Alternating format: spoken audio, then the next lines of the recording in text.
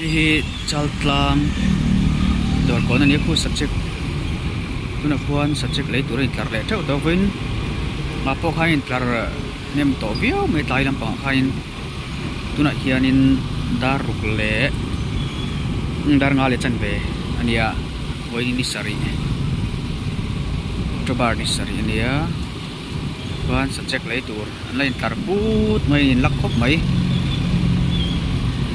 subject tui ber an ti khania hey hian voin chuna pe chuan traffic ati jam na sa em maya hei du samin tuna point motor hi lakal ve thei lawa hei ati jam treu mai ni an lak khop mai hu ta kon hu om thaput maya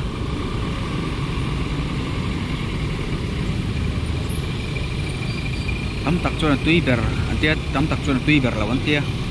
a tui na sang kha mun sang ko an soi ma se an van nei a vai khat a ron viral va ka tang khan in hei customer mi zauda chu thil han bo huk chi kan ni wang hian ron viral tak pa ka wang khan hian subject lei tur hi voin chon lam pa tang hin tlar pu teng mai tikon anom pet pu teng mai ni pu tu na po khuan in mi som thum vel bor chu ai tlara hian traffic ti jam ve lek thin ani ta ya pheka chon pathim ma pheka chon ti jam na sa tuna chon tle min jiam to zo bani traffic subject tui beran ti khania eng zat tak khal thinang mo